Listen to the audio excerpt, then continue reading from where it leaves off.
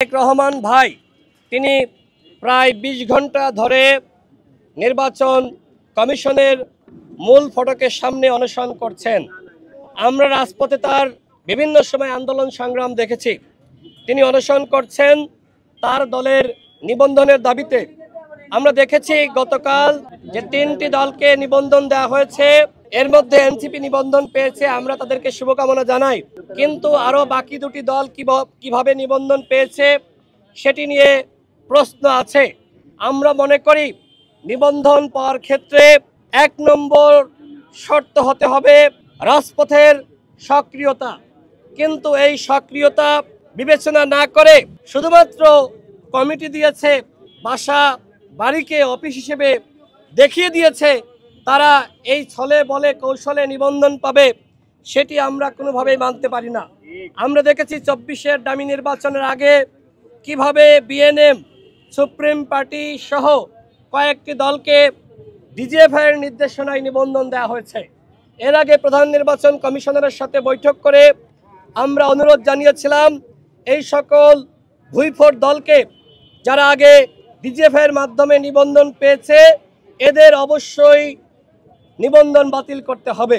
তাদেরকে বাতিল করা হয়নি, উল্টো আমরা দেখলাম গণ অভ্যুত্থানের পরে রাজপথের সক্রিয় দলগুলোকে নিবন্ধন দেওয়া হয়নি, এনসিপিকে দেওয়া হয়েছে। আমরা শুভকামনা জানাই। কিন্তু আরও দুটি দল, বিশেষ করে ডেস্টিনির প্রায় ৪২ লাখ গ্রাহকের অর্থ যারা আত্মসাৎ করেছিল, সেই দলও দেখলাম নিবন্ধন পেল।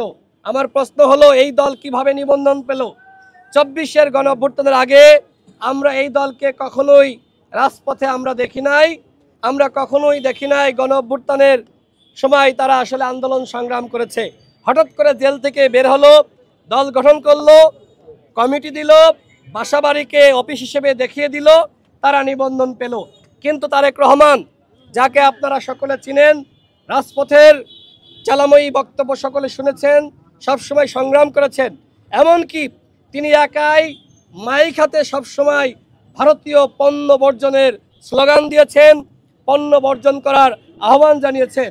এই গণ অভ্যুত্থানের সময় তারেক রহমান কিভাবে বিজিবির ট্যাঙ্কের সামনে দাঁড়িয়ে গিয়েছিল, কিভাবে বাঁশের লাঠি হাতে দেশের জনগণকে নেমে আসার আহ্বান জানিয়েছিল। এরপরে তাকে গ্রেপ্তার করা হয়, তাকে রিমান্ডে নির্যাতন করা হয়। আজকে তারেক রহমানের দলকে নিবন্ধন দেওয়া হয়নি।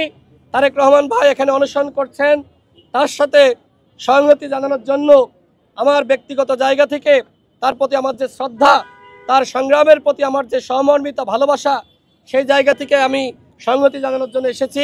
এখন প্রধান নির্বাচন কমিশনারের সাথে কথা বলবো। তিনি অসুস্থ হয়ে পড়ছেন, প্রায় ২০ ঘন্টার অধিক সময় তিনি পাড়ি দিয়েছেন। এখানে সারা রাত তিনি শুয়েছিলেন, মশার কামড় খেয়েছেন। এইভাবে একজন রাজপথের সংগ্রামী নেতা তিনি রাস্তায় শুয়ে থাকবেন আর নির্বাচন কমিশনার বৃন্দ তারা কোনো মন্তব্য করবেন না, সেটি হতে পারে না।